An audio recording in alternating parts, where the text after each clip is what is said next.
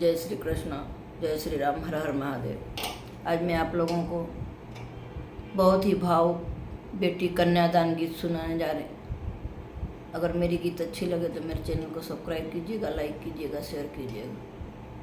रथवा पर साजी के बारतियानु हो, दूल्हा छकेले दुआर। देखी के डेरैल बेटी के पापा हो, रोवे मुख देई रुमाल, रोवे मुख देई रुमाल। कहवा छुपैबो सुंदर बेटी हो, बेटी तेजलो न जाय, बेटी तेजलो न जाय।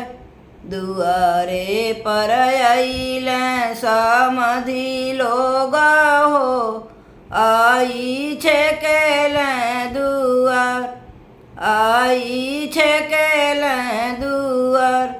दुआरे पर अइले साजन लोगवा हो, आई छेकेले दुआर, आई छेकेले दुआर। तड़पी के बोलेला बेटा के पापा हो, सुनी समधि हमार, सुनी समधि हमार। झारी के बिछाई चदरियानु हो, धियवा करी कन्यादान। झारी के बिछाई कल गलई चानु हो, दियवा करी कन्यादान। एक ओरी बैठेल नैहर के लोगवा हो, एक ओर ससुर के लोग, एक ओर ससुर के लोग। बिचवा में बैठेल सुंदर दुल्हा हो, माने माने मुसुकाय, माने माने मुसुकाय।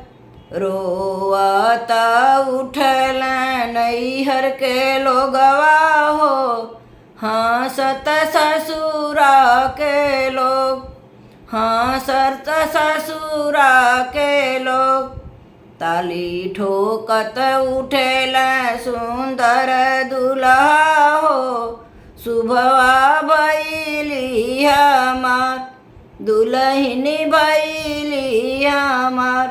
रथवा पर साजी के बारतियानु हो, दूल्हा छकेले दुआर, दूल्हा